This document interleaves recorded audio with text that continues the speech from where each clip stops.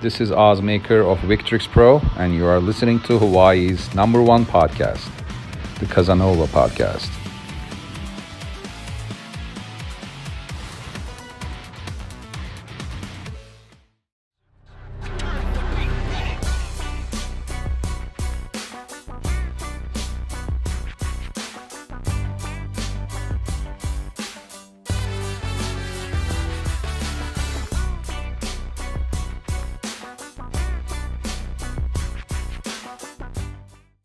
All right, and welcome everyone to another episode of Hawaii's #1 rated podcast, the Kasanova podcast.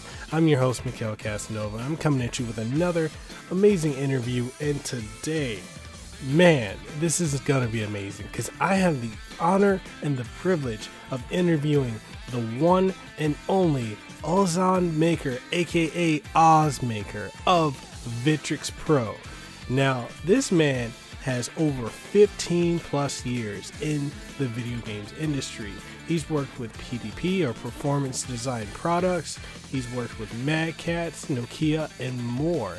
And currently, he's with Victrix Pro, and they are disrupting the eSports scene by making meaningful technological innovations and elegant design products by giving you top quality and the best results. And with their current line of products with the Victrix Pro FS and the headset, man, I'm telling you, this is the revolutionary game changer.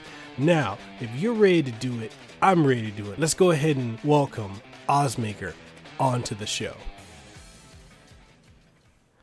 All right, and welcome everyone to another episode of Hawaii's #1 podcast. I'm your host, Mekel Kasanova, and I am honored to have the one and only OzMaker on the show. Oz, go ahead and introduce yourself and let people know where they can find you.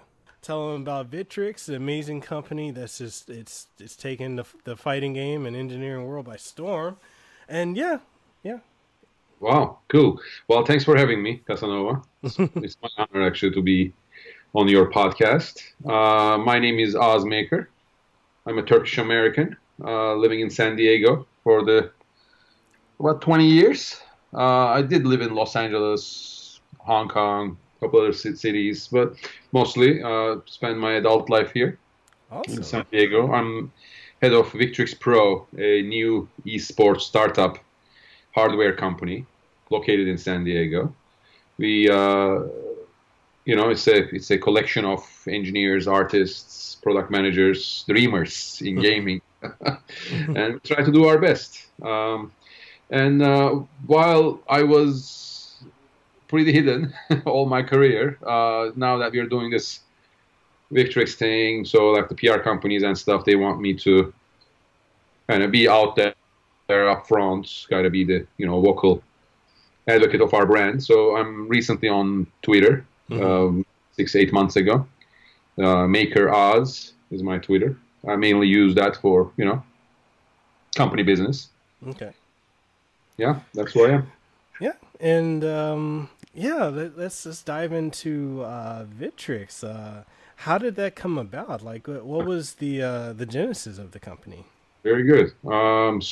Victrix Pro, Victrix. I mean, we actually come up with the name. It was quite an ordeal to come up with a name. I don't know. Did you look into it? Many people don't know this, but like when you say Victrix, do you know what it means? It's like a Latin word.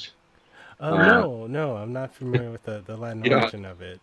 Most, I'll tell you, man. I mean, we do pretty hard developments and solve difficult puzzles every day. Finding a name for a company, for a business, it's pretty grueling because mainly because everything is taken. It's kind of hard to put together pronounceable words and trademark them for a business. Yeah. But anyway, so Victrix means victor in Latin. You know that movie Gladiator? Russell Crowe slays that last German in the beginning of the movie. Yeah. And they Roma Victor.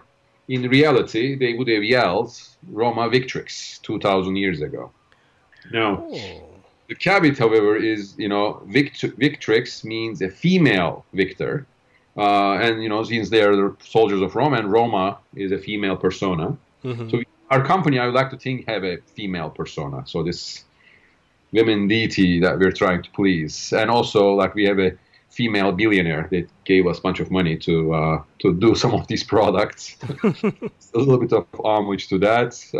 We build these high-end products at factories that no humans touch. There are certain tasks that you cannot even, the human hands simply are inferior to machines. And there's another female boss that helps us make these in a very high-end automated facility. A little bit of her, my wife, I'm trying to impress with everything I do.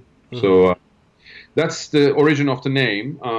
But yeah, we are out just recently. You were kind of hearing our products coming up, but we've been working diligently on Victrix since 2015, when I got some support from the previous company I was working for, PDP, Performance Design Products, to go and start a eSports focused product line. Because competitive gaming, eSports is we are kind of getting into this golden age, perhaps, or we don't know actually what the potential is, but 3 years ago, 4 years ago, it was evident that esports was going to be big, and more money will flow to it. It's going to get more structured, because this is what 18 to 35-year-olds, millennials, want to watch. They are very savvy, and so they wanted to follow their favorite teams and their games played at the highest level. So our answer to this was, every other company out there essentially kind of adapted their strategies for esports. I mean, there hasn't been a company, I believe, before Victrix that was born into esports. Everybody just maybe try to build their expensive product. Okay, so this is the highest end one. It should be good for esports players. But we kind of took a different thinking. I mean, we kind of taken everything back to the whiteboard and said, so what do these guys really want? Let's go talk to them, find them, and let's understand their needs and likes, dislikes, and kind of identify certain product categories. Headsets was the first one, because I was coming hot, kind of working on headsets, and I knew there was a lot of lacking in the headset category. So we went and talked to a bunch of players in Halo, in Call of Duty circuits mainly. Asked them what they like. They want, they said, they want a comfortable, lightweight headsets. And what's your problem with your gear? Almost unanimously, everybody complained about their microphones. Yeah. And then you ask the question, like, okay, so what's the problem with the microphone then? What are the pinch points? What makes a headset uncomfortable? You ask these questions. I have a very motivated, young, and kind of brave set of engineers. I'm lucky to have them. We are a close-knit team. So yeah, we take all those questions, all those feedback, and then work with a very good design company from LA, and come up with Pro AF, our first product. And in product development, when obviously you prototype, there's all these stages of development you go through. And towards the end, you need to run a significant beta. And the larger the beta group, the better it is. So we wanted to do, since it's a high-end product, it has features like noise canceling, but it's optimized for that esports venue, that loud event venue. We are in San Diego. We found some military tech that we can adopt here. So we took like the microphone. That the microphone we use on the Pro AF is actually developed for Apache attack helicopter in the 80s. So it's so it's this noise filter. I don't know if you fly in a helicopter before, but they are unpressurized, and so they sit next to the motor, and it gets really, really loud. So it's like 120 decibels loud. So an operator needs to be intelligible in an environment like that. So military developed a mic filter. It's simple. Most of the time, good solutions, good product solutions are actually very simple and elegant. Sometimes you don't have to overthink uh, how to solve problems. So anyway, so we looked at it, and it was a patent, but it was expired. And yeah, we said, this is a good way to make a microphone. We took it and adopted on our headset. But besides that, the gamer said, oh, I want to hear myself more. I want to, be able to boost my microphone gain, stuff like that. Some of the feedback you get like directly. I wish my headset did this. Or in some cases, they just don't know what they want really. It's just they describe the end result to you, and we kind of found some solutions for it. And yeah, I mean, Pro AF was ready. Let's see, beginning of late 2017, and we were ready to do a beta test. We did a closed alpha test, and we were ready for the beta, and we just built a couple hundred headsets and put them in a nice beta box and called it, this is not a sale. This product is not for sale on it. We wrote in big letters. And then looked at the calendar. What event is coming up? TwitchCon was the next big event in Long Beach at the time. So we went to TwitchCon, just kind of demoed the headsets on the floor, kind of, did a website to collect beta applicants. So we wanted to kind of give this in the hands of the people we designed it for, like the streamers, pro gamers, and we went back to the COD community and then kind of went to their events, set up a boot camp or like a demo station, and just kind of, said, hey, we talked to you a couple of years ago, and here is the end result. Now, why don't you help us test this? So we gave the product back to the people who gave us the feedback, and it kind of, I've been working in gaming 18, 19 years almost, and I've never been I've launched many products. I've never been in a viral situation before. I would like to think that, that period, that first part of 2018, where we were running the Pro AF beta, was a wonderful time to experience, because, I mean, the product really connected with those people. I mean, they really said, wow, this is exactly what I was waiting for.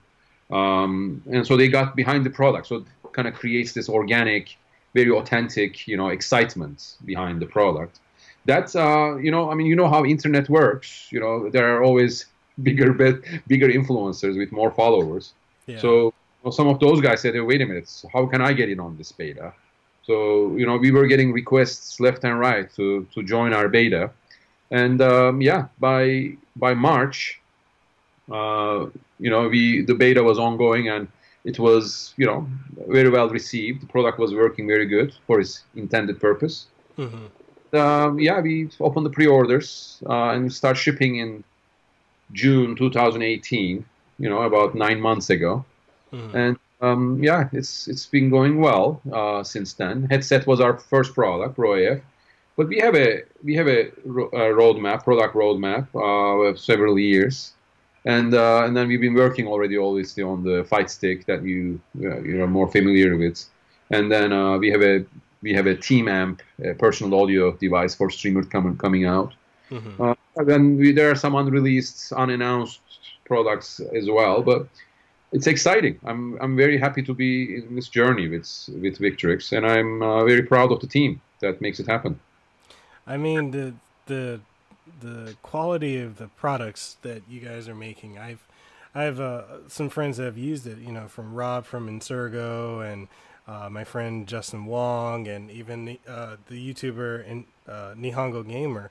They've all been telling me like how amazing like the Fightstick feels. And I know Rob was telling me like the headset it's amazing. I was like, how clear is the audio? Are we talking like Turtle Beach style clarity, or are we talking Astro Amp, A50 or A40 style? He said, dude, this is Sennheiser level quality. I was like, oh my God, I need to hear that.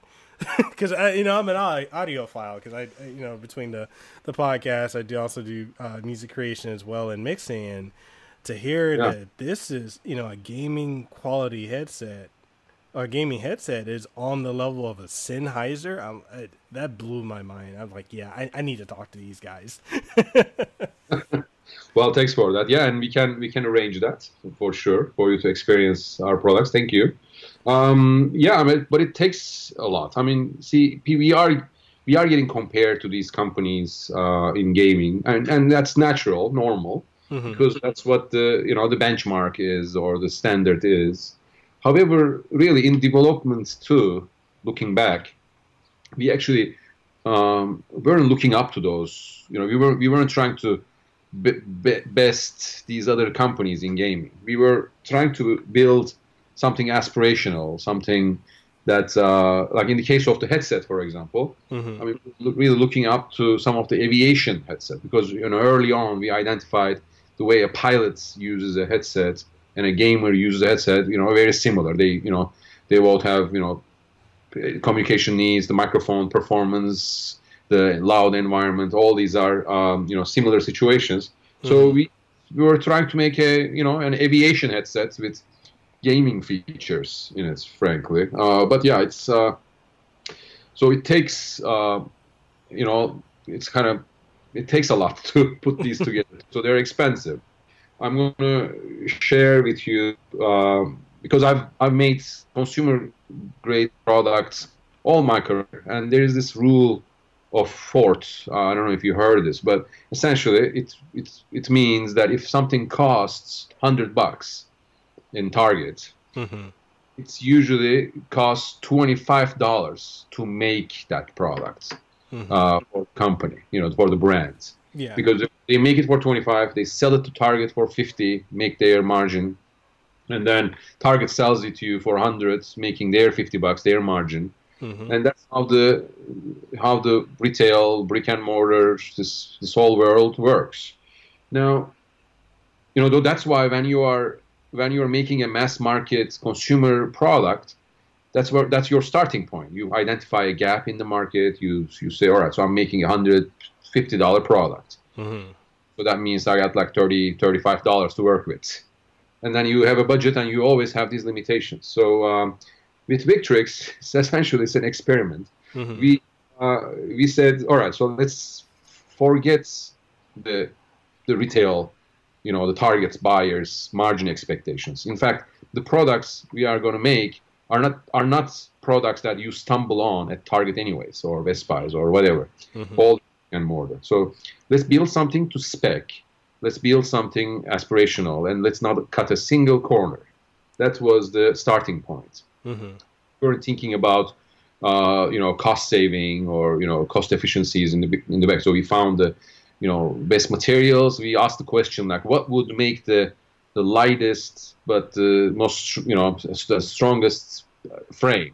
So we kind of get into metals, aircraft grade aluminum. Even within the metals, there are quality grades. So we opt for the highest ends of the materials. Microphones that we use in noise cancellation, for example, they are made by a Japanese company called Primo, and it's an electret, say like an analog microphone, 4 millimeters.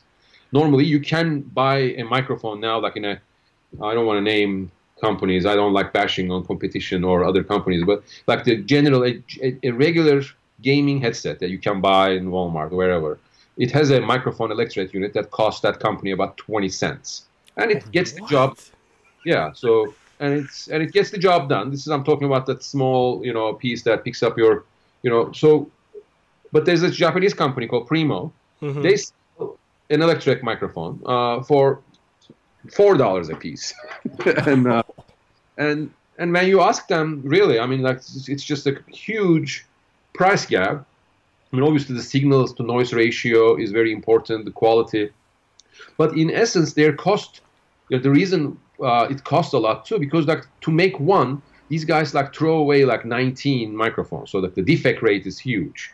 They do take a risk in the development of that part to make it like to fit that spec, and they have a very high, very low tolerance and a very high aim for that product quality. So you pay for 19 other microphones when you get that one perfect one, So that reflects in their price, like us too. So we picked every material, every like the air cushions, the fabrics, the foams that go in it, and then all that tallied up to a price point, right? So it was like, that's how much it costs, and it costs a lot. And then we said, all right, so then what if we sold this? So cut the middleman, cut the retailers, just let's put it on our website and try to price this as aggressively as we can. Just enough, because we'll make our profit. Of course, we are not charity. We wanna have a successful business, but we also are not greedy. I mean, we try to price these products very, very aggressively at a fair price point. But by cutting the retailers, others that are in the middle, we were able to kind of hit these price points. So when now people tell us, oh, $350 for a stick, that's pretty steep.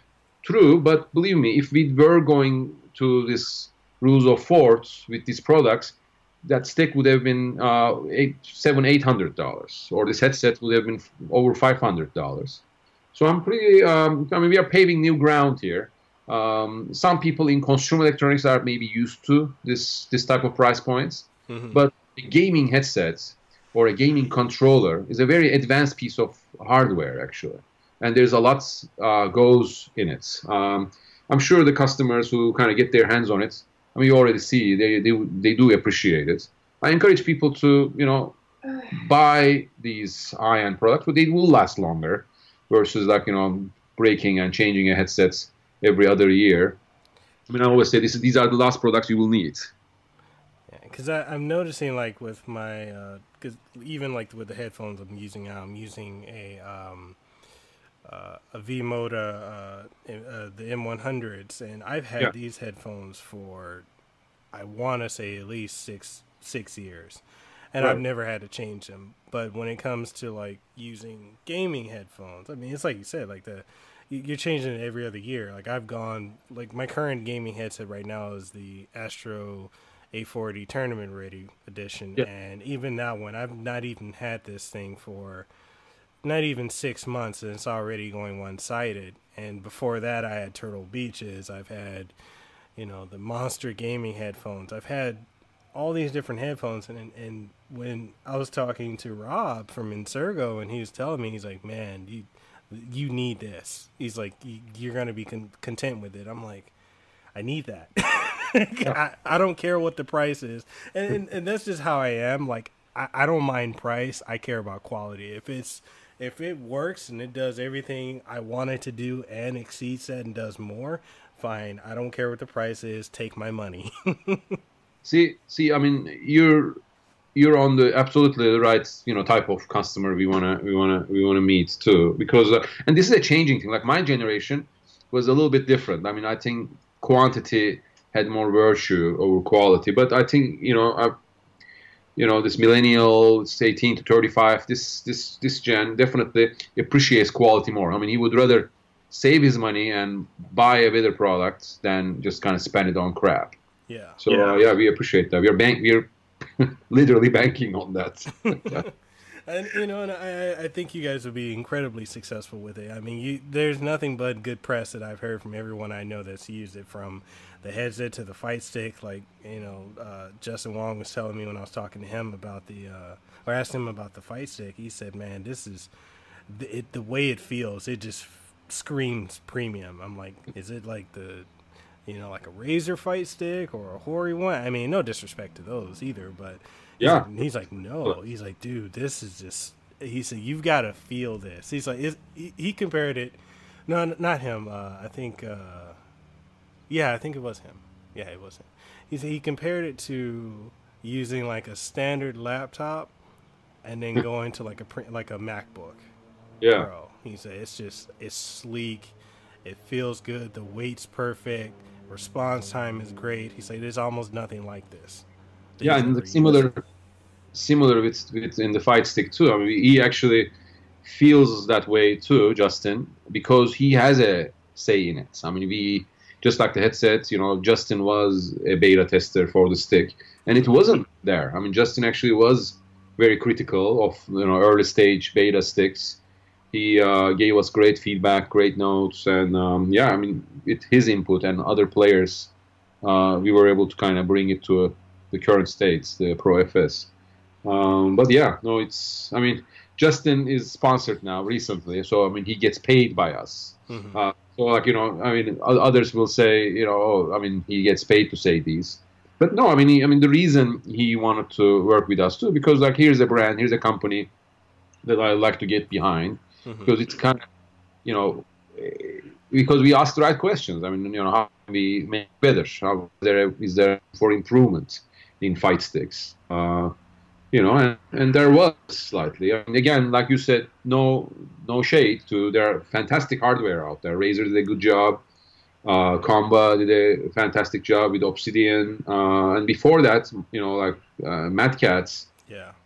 I mean, I used to be. I'm a Mad Catz alum. I used to work there. And Mark Mann is a good friend. I mean, he's done a fantastic job along with the team at Mad Catz at the time. Chris Carroll. He's a product manager for the stick. He died a couple of years last year. May he rest in peace. Lawrence, the designer. I mean, that hardware. I mean, I think without that kind of hardware, we couldn't have done what we've done, because those served as a kind of benchmark. Here are the right things about all these fight sticks.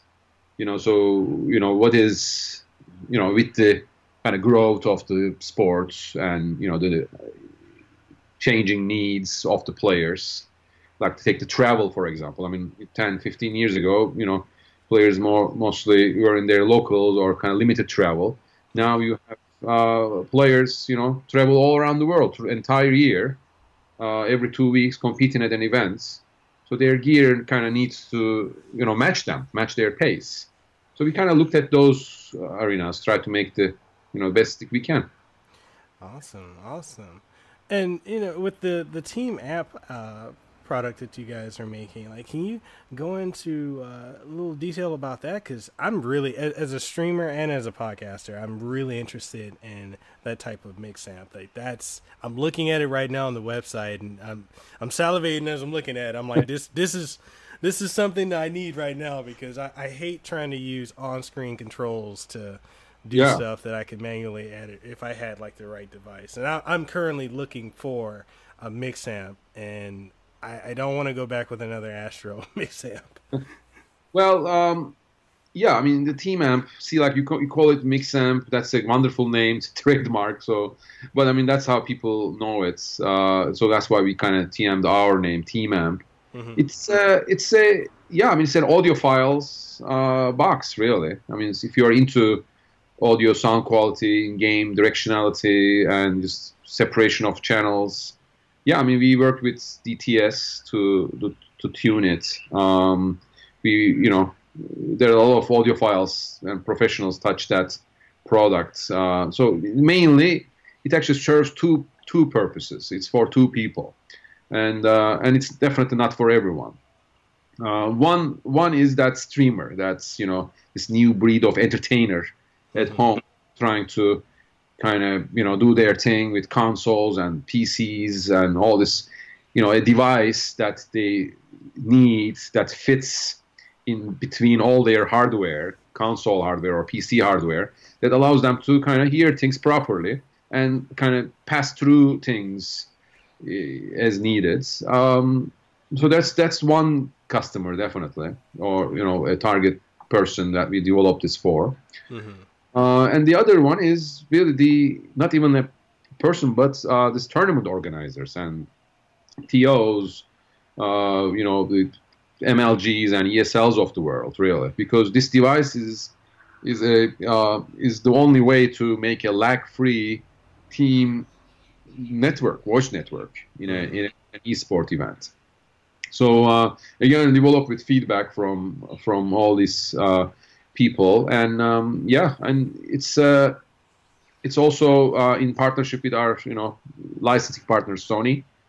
It's a little delayed. I'm sad about that. We were hoping to launch that by now, but it's kind of like few things held up in licensing. And when you work with companies like Sony, they have offices all around the world, and we try to launch the thing globally, in Japan, in Europe, and US at the same time. Yeah, I mean, unfortunately, bureaucracies are still there. But it's in beta right now. So if you want to test, actually, I will be happy to send you one to check out the Tmap. But yeah, that will be our third product that we release, and hopefully kind of continue that fine line we are walking. That's no compromise products. Hey, like I said, you guys, the quality. Okay. So when it came to the look, when you guys were looking at the look of the the purple and white for the logo, and also for like your products with the sleek metallic black with the purple trim, that right there, like that's like getting in I would say that's like getting in a high end BMW versus like most other products being like a Toyota, or I'm trying to think of I'm bad with car analogies, but I think you probably know where I'm going. Like it's really it's like a Lexus. It's such a high end look. Like I'm looking at it, I'm like, this does not look like a gaming product. Whereas everything else screams, I'm a gamer. You know? Yeah, and what is that? I mean, that's really, there is no look. Like, I mean, in the early part of this, let's say this console generation, or maybe even last, like PS3, Xbox 360, times. I mean, so everybody assumed that the gamers want something out of a game, that looks like it's made. So there is this, very aggressive, very angular, very, kind of futuristic looking products that were out there. I mean, that trend kind of went on for a while. I might have even worked on products like that because that's what people really were resonating and relating to. Mm-hmm. And yeah, I mean, man, this is a good question. I mean, purple especially. I mean, like it's back in 2016 when we were developing the early stages of the brand. I mean, such a big risk, right? I mean, we showed the product line, the concepts, to the partners, Sony. I never forget. Like we were in an E3 meeting room, and I had like back-to-back meetings with Sony and Microsoft. Hey, here's this new initiative, Victrix. We're trying to, here's our product line, and yeah, I mean like Microsoft guys, a room full of, executives. Well, not really executives maybe, but like this gaming third-party licensing guys and such. They look at your product, they look at your feature set, and say, "Wow, this is a hard sell. Looks good." But why purple? Just can you make ours green? And then the next meeting, Sony said, "Can you make ours blue?" So this purple was really, what are you doing? I mean, why are you insisting on purple? It's such a big risk. Guys don't like purple color. There was that. But the reality is no. I mean, it's a wonderful color. First of all, I mean, it's the darkest color in the spectrum. Mm-hmm. It's a unisex color. It definitely speaks to this, demographic we are trying to talk to, and it's kind of like this. It is a little dangerous, sinister, kind of mysterious aura to it. So the first call was, hey, let's stick to purple as our main color, and that's our brand color mainly, and an accent. And just don't overdo it. Black lights.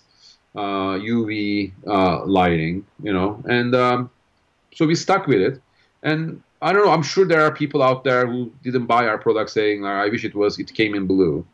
I don't know. I mean, like the Fightstick has the ability to change the colors. Mm-hmm. Maybe some of the future products that we might add this, but overall we didn't see it as a negative.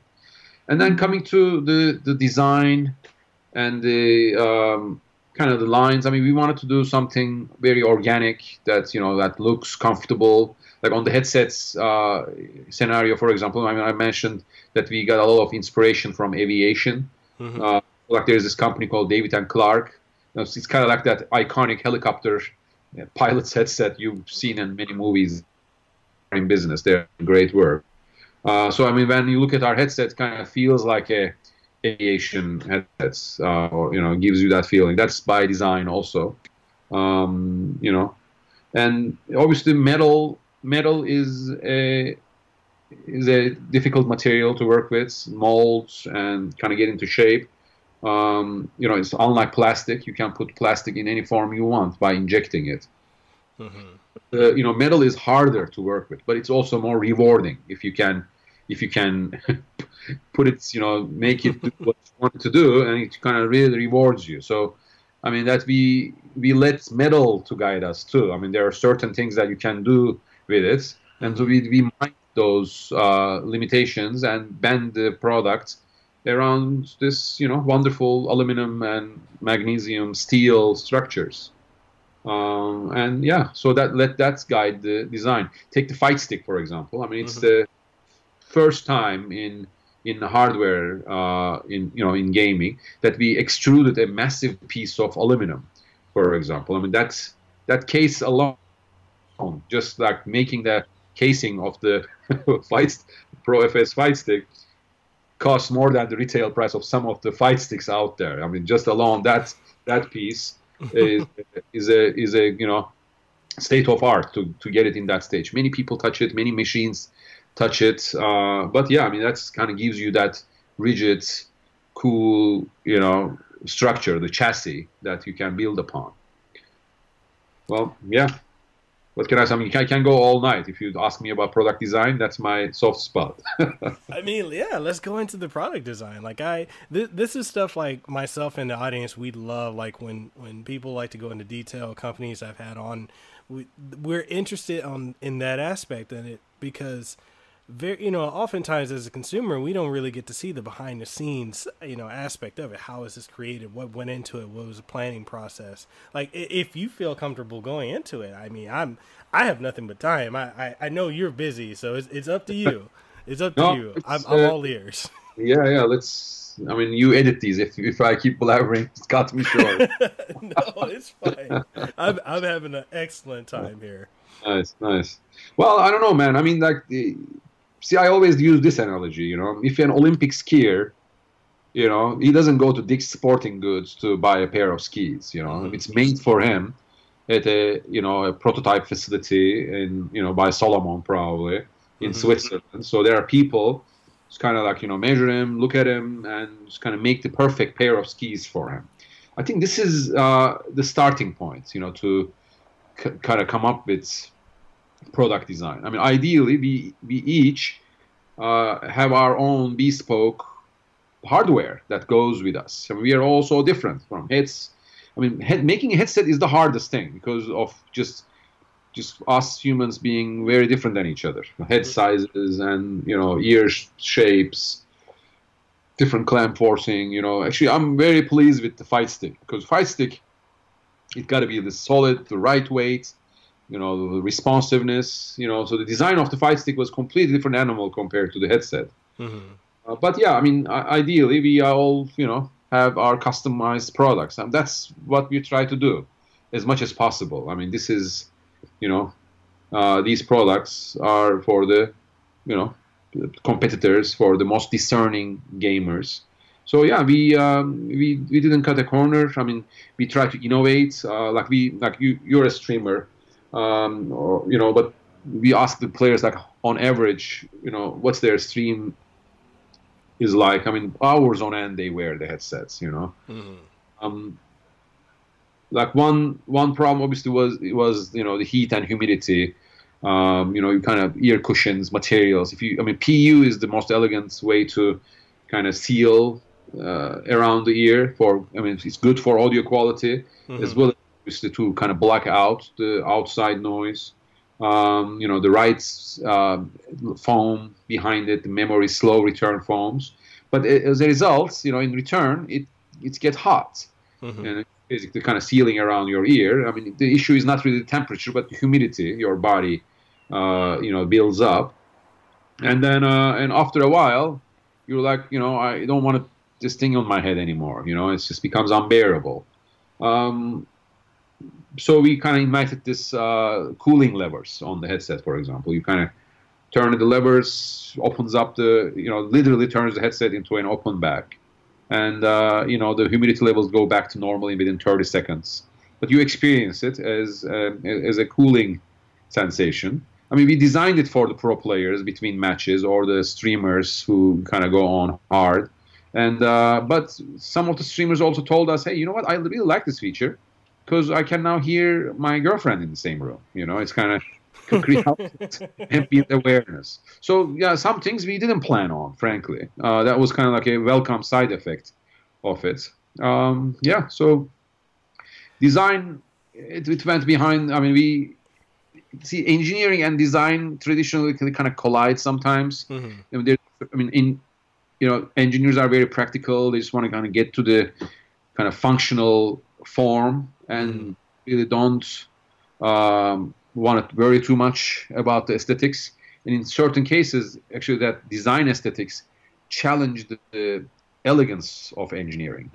But if you can find a good equilibrium, a balance between good design and engineering, and have them kind of coexist in a harmonious way, which I like to think that our company is built upon. Like this company's engineers and designers are very good friends. They go to lunch together, and they are good friends. They respect each other.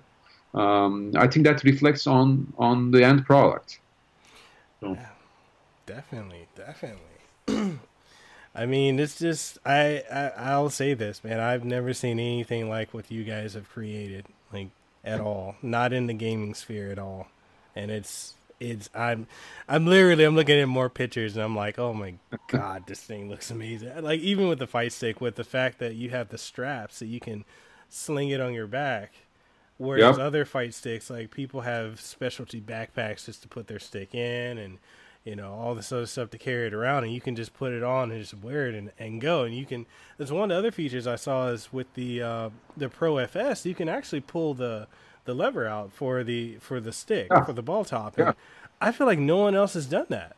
Like, no, it's not true. Actually, it's been done for many years by a modder out of Illinois. His name is Clayton Knight, Freak Mods. Oh.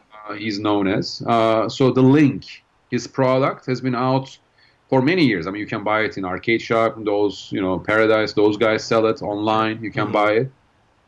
Yeah, no, Clayton is a wonderful person and an engineer. I mean, he does this as a hobby, believe it or not. But yeah, I mean, he's come up with this many years ago. It's a very elegant solution. I would like to think that we improved upon it slightly. So that's why we call our part the Link 2. One of the improvements I want to say is like our shaft is smooth. Some of the players who kind of, that wine glass hold, I guess you say. The Link 1's shaft was kind of, ornamental. There was some, structure. So it's kind of like a step structure in it. So, like one of the complaints about it was that it's not comfortable. So we kind of improved upon that. We kind of add the washer, but no, by all means, I mean, good products sometimes are just kind of like an iteration, an improvement upon an existing tech. Like I said, we looked at other fight sticks. So definitely Clayton's Freak Mods Link has a lot to do with that feature. But yeah, no, it's definitely a very important aspect of a fight stick, especially a traveling pros fight stick. Take Justin. I mean, he told me he doesn't even take anything but a backpack. He hates checking bags, so he tries to fit everything he takes to an event into this one backpack. And there's his laptop in there. There's his 3-4 day of clothing and his fight stick. So that definitely saves space to remove that. Also, it's also kind of helps the integrity of the lever and the JLF, right? I mean, you don't want that thing to be like moving around while you're transporting it. It messes with its springs. So yeah, that's definitely one of the travel-friendly features of Pro FS. Handles, we build handles. We observe the guys are like, they're done with their match, and they kind of hold this, fight stick under their arm for hours on end, kind of watch in the venues. So we kind of observe that kind of, we said either shoulder strap attachments or handles. Give these guys an easy way to grab the product. Yeah, definitely a lot of thought went into those. Awesome. And the other thing too with the Pro FS that's really amazing is the ability to just wrap the cord around that the placement that's there. And that's better than having to deal with a lever. Because I know with like the Hori fight sticks, if you use the real arcade pros, they got the lever or the door, compartment door you can open, and you can wind them up and put the cord in there. Or with, the design of Razor, and I believe, Razor. I'm not sure about Quamba, as I haven't really seen too many of the Quambas use this, or if they have at all. But I know the Mac STE2s and whatnot would have the screw ends, and you'd have to screw it and move it. And then if that cable broke and you couldn't find that specific cable, you were kind of SOL. But the way you guys have done it, I'm like, man, it's. I'm sorry, I'm fanboying right now, because it's the design is just it shows that with your R&D you're actively working with gamers, pro players, consumers. It shows, your work just shows that you guys were really active. To be perfectly honest with you, looking back, I want to say that's one of those cable attachments, which are very functional, and thank you for liking them. Mm-hmm. They're very useful, and we asked the players again. Of course, a lot of thought went behind it, but in hindsight, now I want to kind of look back, a little post-mortem. I would like to think that we could have done better job actually with those cable wraps, because Pro FS is such a sleek, elegant shape that is extruded. It's like a pill shape with a slope for your wrist. And then there's those cable T-cords, which can be removed, by the way. I mean, we have a tool inside the door. You can take those out with ease. But, I mean, in hindsight, now I look at it, I think that we could have find a more elegant way to store the cable. I mean, we do have a back door. I mean, there's a compartment. It's very tight. Currently, that cable wouldn't fit in there. Mm-hmm. But, maybe that would have been a solution, but the innovation, research doesn't stop. I mean, we are still thinking about this, like how else we can store So in fact we will have an alternative to this in the next 6 to 8 months. But yeah, I mean that is one of those instances that maybe you think about the function before form, and get it done. Again, in hindsight, I think it could have been better. If I have to criticize Pro FS, that would be the one aspect of it I would actually personally. Okay. Hey, I mean, there's always room for improvement. You guys are trailblazing with innovation that I just personally have not seen in the gaming sphere. So, whatever the second iteration is going to be, I view it as something that's going to just blow this one completely away. And you've already blown away my expectations and my thoughts on what I would think that I would want. I'm looking at it and I'm hearing about it. I'm like, man, it's really something when you find a product or a service or anything that you didn't know that you wanted it until you actually got to use it or see it, and you're like, oh, I could definitely implement that. I could definitely use that. And I'm just amazed. And people, I'm not paid by Victrix to say that, but I'm just the design, the look of it, all the good feedback. I'm just blown away. I really am. Thank you. It means a lot, Kasanova. So as far as like the marketing side of it, how involved are you with that? Like with getting the word out? You mean as a company or me? How involved with marketing I am? That's my main job, I feel like. Right? Hey, I just had to ask a question. I know.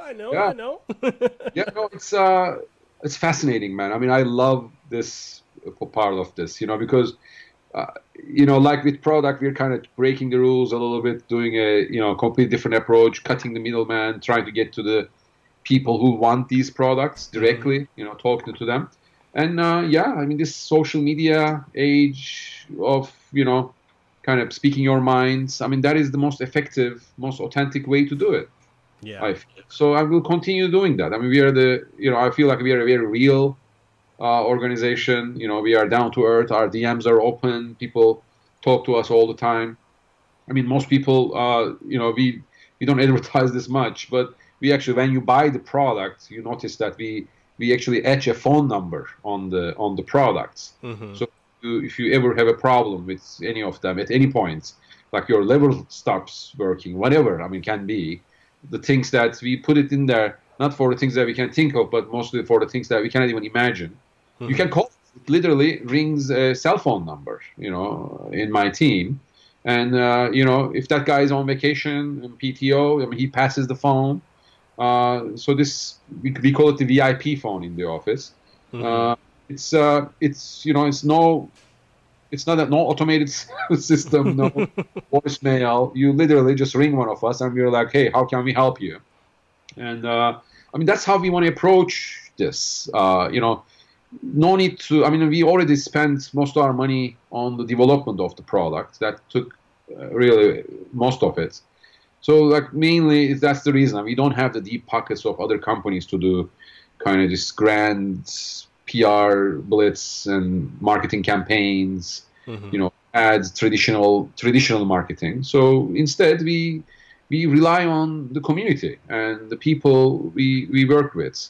If they, sponsored players, influencers, or the customers, really. I mean, and we are hoping that the truth will prevail, like they will get out there. And the fact that these products all have a lot of thought, a lot of R&D efforts, a lot of hard work, really, I mean, a lot of love behind them. And we're hoping that's, that will resonate with the community and they will want to say, hey, you know what? Thanks, man. I mean, I'm really enjoying this product and I want to say something about it. And then hopefully that will, convert people to brand ambassadors and they will influence other people and we'll be around for a while.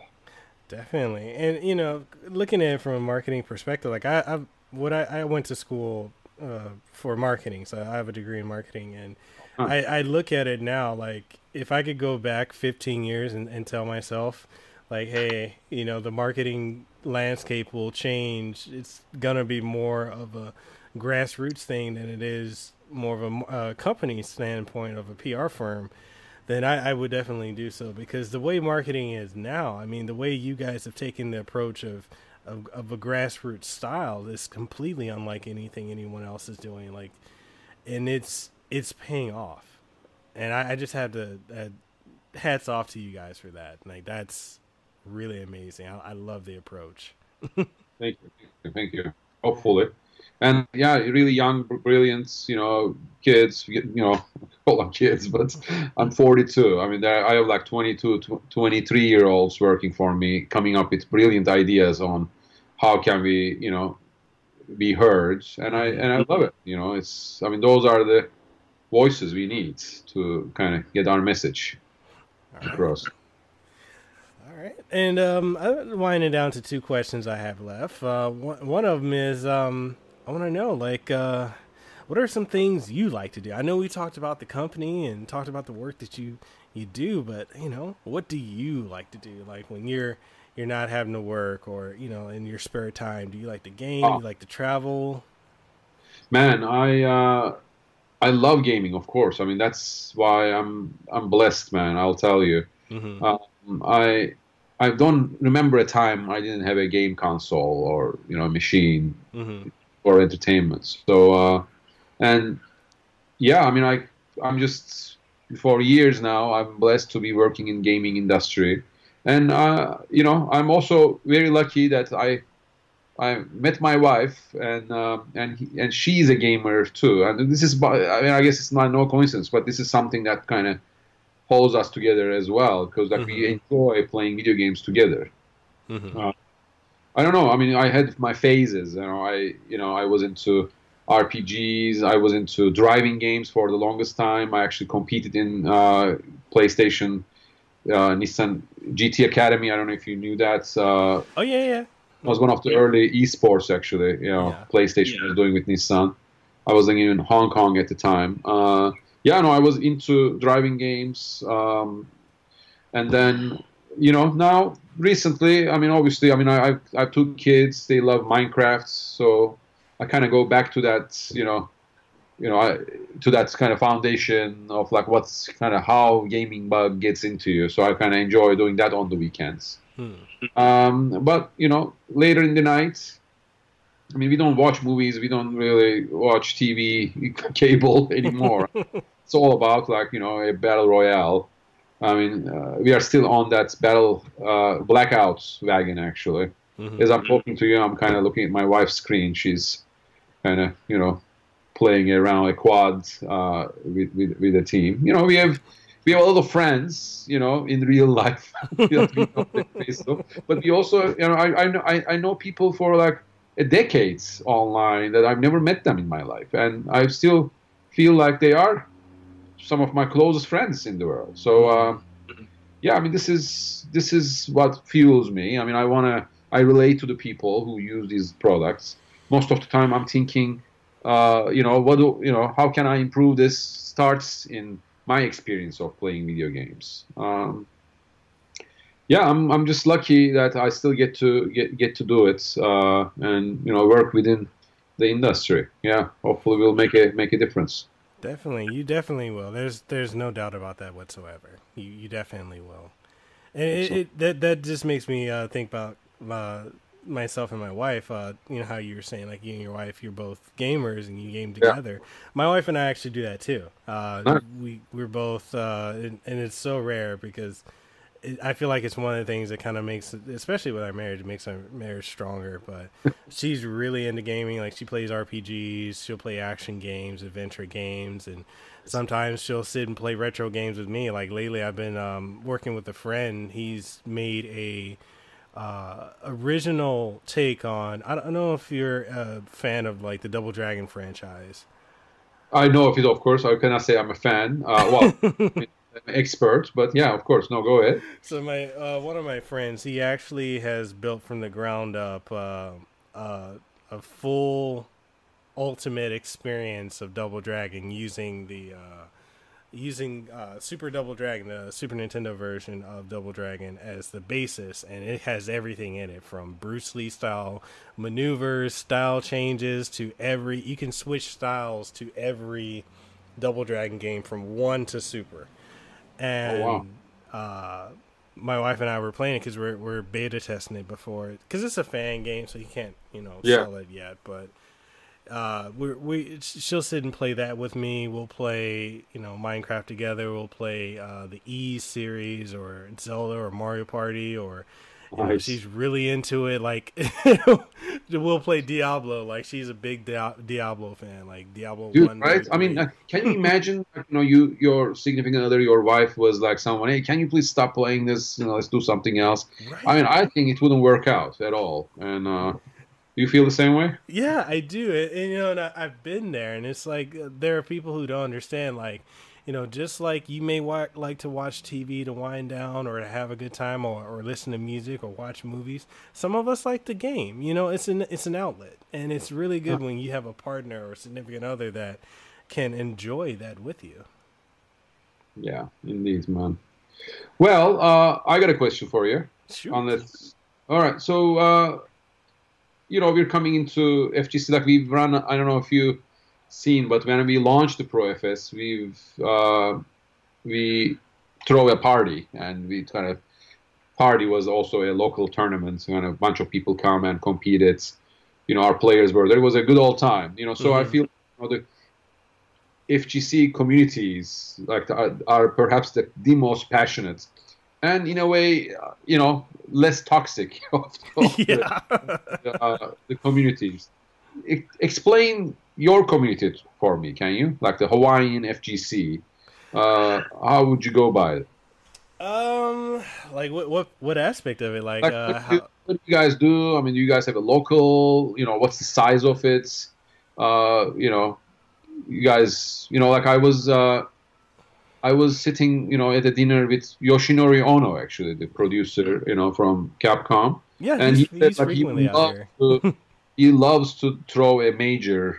He will, definitely see something in Honolulu as a premiere event. I mean, do you like what's the scene like? And if I was in Honolulu, if I was in Hawaii, and I want to kind of go play fighting games, like where will I go? Who do I need to know? How is it like over there? It's fantastic. The scene we have here, there's a couple scenes. We have one on the Big Island, which is run by my friend Travis. It's called Hawaii FGC, and we also have the one here on Oahu in Honolulu, which is Video Gamers Hawaii, which is run by my friend Keith Lemos, and really good turnout. So we have weeklies every Thursday, usually from 7 to 11 o'clock at night at Osayami Bar and Grill, and we get good turnout. A couple hundred people every week come out. When we have the bigger tournaments at bigger outlets, we've had some at the Blaisdell, some at what's the other place? We had a big Smash Brothers tournament that had a couple. I think I want to say at least 600 to 700 people turn out for that. Usually Nice. our big fighting games, so with Tekken, Street Fighter, Smash Brothers, you're looking at a couple hundred people, anywhere from like 500 to 600, maybe more. The only limitation, I feel like if we had bigger venues, we would have more people. We could probably hit the thousands because people just love what Keith and Video Gamers Hawaii does. Like we actually big news. I'll announce it. We actually just got added to the Tekken World Tour. Oh, So wow. yeah, it's something major. Keith has been working really hard for the last 5 years, and I'm really proud of him for that. Okay, now I know what I'm doing next time I come to Hawaii. You show me around. It's not about beaches and pools for me anymore. I would love to try to participate where we can. Love to connect with you guys. Definitely, man. Definitely. It's something. We even just recently Video Gamers Hawaii. We just got to KawaiiCon. We got our own booth and panel and everything there. So I'm really excited for what Keith has been doing with that, and with the upcoming event HawaiiCon in September. The directors of that venue, or for that event, the gaming director and the overall scene director reached out to me personally on Facebook. They want for my podcast if I would be there and do like a live panel like interview in front of the fans with all the voice actors there. We're possibly going to have Ruben Langdon, the voice of Dante from Devil May Cry 5. He's actually a good friend of mine. He might be there. I know there's going to be a bunch of other video game and anime voice actors. They're going to have some fighting game tournaments there, and they're like, yeah, if there's any products or any companies you'd like to showcase, it's like, just let us know. You have our direct line. And I'm like, I'm all there. Like it's our scene here in Hawaii. Think the passion of the FGC, but with a loving, supportive spirit that's just unique to Hawaii. Like there's nothing like it. The Aloha spirit is there. Awesome. That's an awesome mix. Yeah, no, I'm impressed. Yeah, love to come check it out. I'll definitely time it with one of my trips in the future. But Hawaii is where I like to chill. I mean, it's one flight from West Coast, so that's why I like coming there every chance I have. Yeah, and I had heard how you brought up what Yoshinori Ono was saying. I've actually been hearing that for a while. There's interest, from Capcom with doing an event out here in Hawaii. Something possibly Capcom Pro Tour at some point. I also have a friend over at Hori who was telling me that Bandai Namco is interested, and he was saying a lot of companies are interested in Hawaii. They just don't know what's there or what's an avenue in, what's really going on, because there's not really anything showcasing what we do. And that's something I'm trying to do, not only with my podcast, but with, my channel and my brand, and working in partnership with Video Gamers Hawaii and Hawaii FGC. I want to showcase what is actually going on in Hawaii beyond the tourist, imagery that you're shown. We have a lot going on here. We have a new local that just opened up in Kaneohe. No, actually not Kaneohe. I want to say Kunia on the west side, called The Gym. And basically they have this, they do big fighting game tournaments there. They're doing Tekken, Guilty Gear, Under 9 Birth, They want to do Samurai Showdown, and they're partnered with Video Games Hawaii, myself, and we're just branching. We're trying to get the world to see, like, hey, you come to Hawaii, there's more than just beaches and Mai Tais. There's something more you can do if you want. Well, you have an ally in me too. I will tell the people I know that that there is a very robust community there. And yeah, I mean, I think you're right. Most of the time, people will kind of like, maybe they don't know where to start. If you kind of let's set up a meeting for you and talk to these guys. Mm-hmm.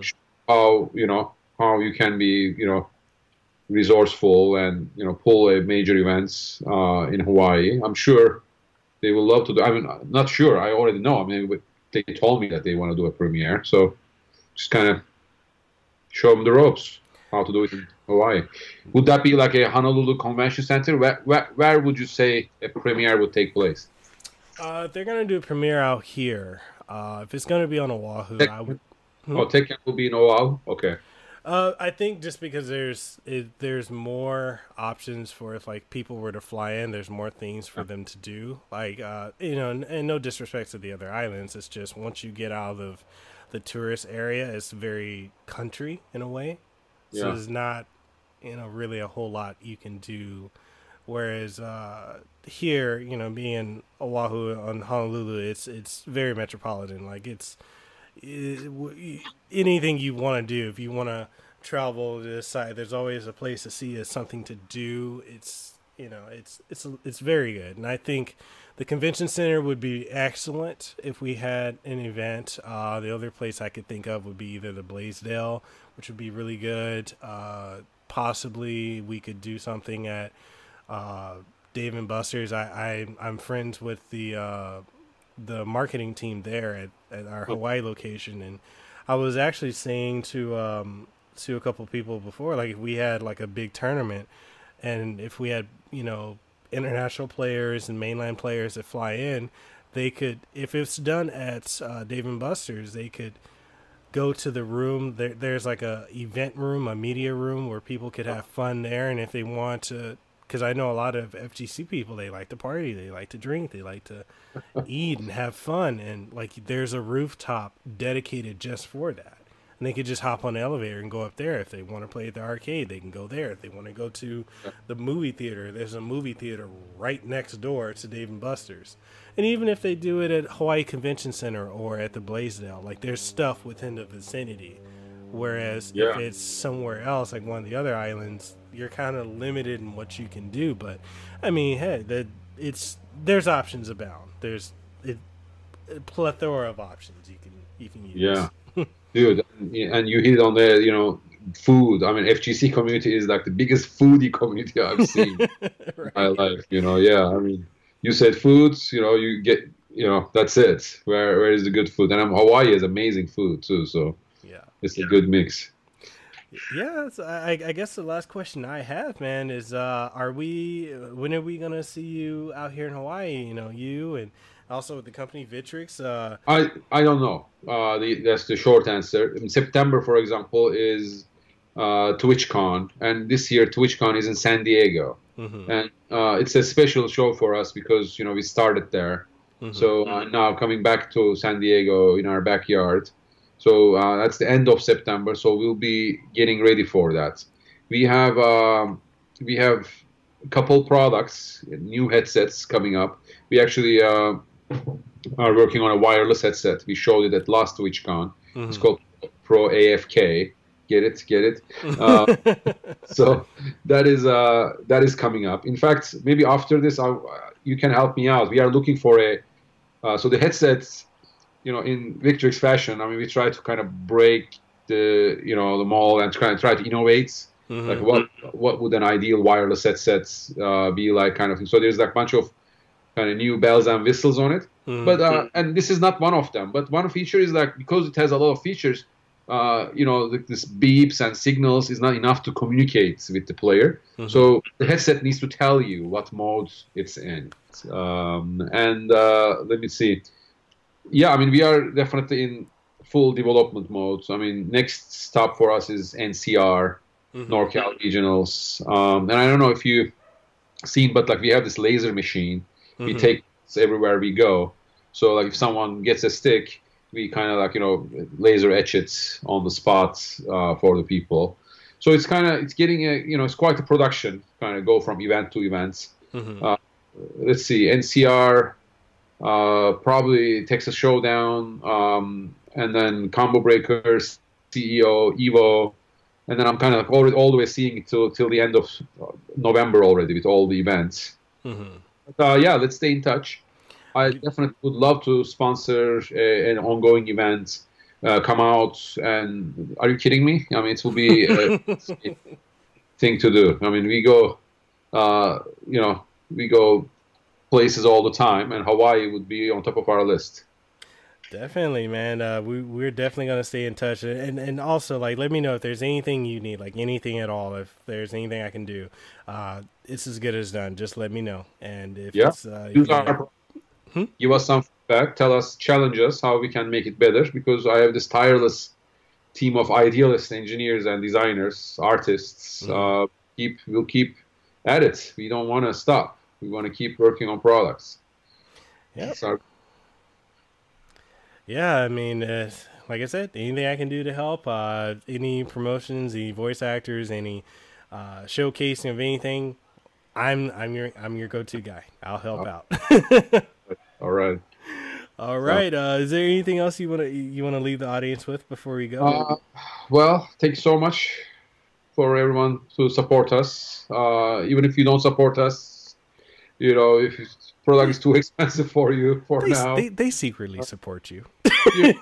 We mean well. Save your money. I mean, these products worth really every penny. If you have a problem with them, we'll fix it. We will always stand by you.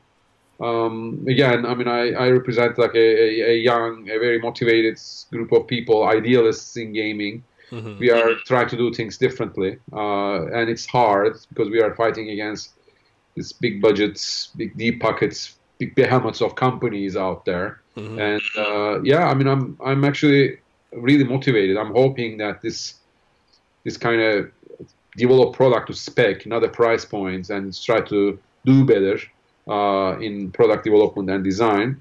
Hopefully we are affecting other companies so that they can kind of come up with better products. So they challenge us to do even better. At the end, the consumers, the gamers win. So I hope that this new era of eSports and competitive gaming and serious gaming, where people making a living out of gaming, helps end users to have a better experience in hardware.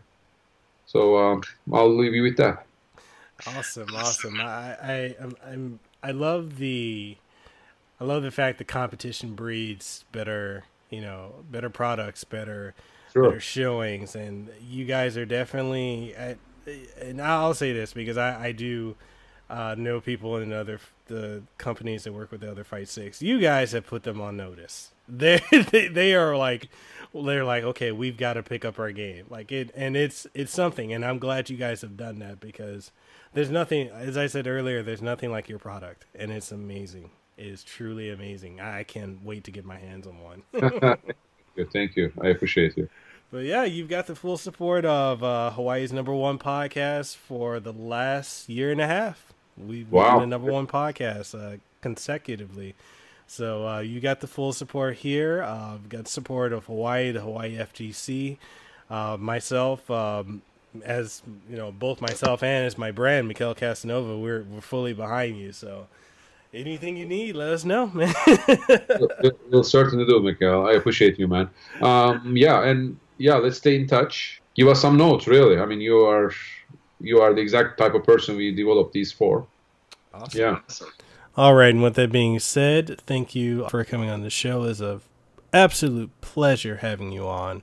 I definitely can't wait to have you back on the show and get to see you at one of the conventions coming up. And with that being said, people, make sure you go over to VictrixPro.com. Also check them out and follow them on social media, on Instagram, on Twitter, on Facebook, and all their social media outlets.